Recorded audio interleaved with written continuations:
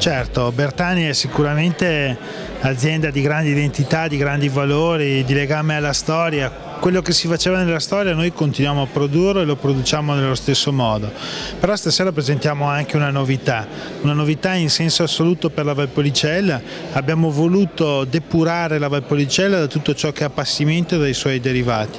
L'obiettivo è quello di tirare fuori l'integrità unica della Corvina in un prodotto che deve essere innovativo per stile, per gusto, e che quindi è anche pronto a rappresentare la Bertani in una forma diversa. Una Bertani quindi che non si ferma al passato, ma che come sempre è stata la Bertani, è la prima che mette il piede in cose nuove.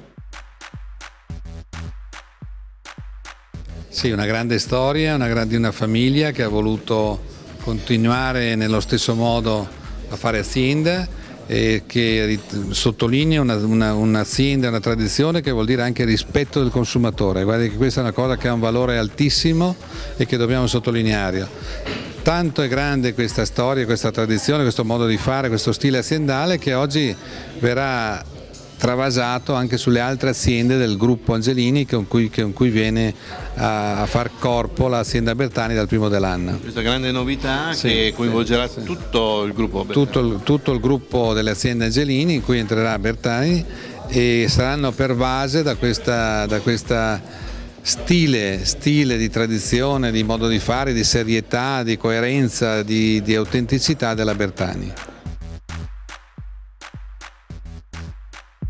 È un gruppo estremamente dinamico, fatto di persone giovani guidate, come avete avuto modo di conoscere, dal più grande manager del vino italiano oggi, che ancora ha deciso di investirsi un'altra volta di un nuovo progetto.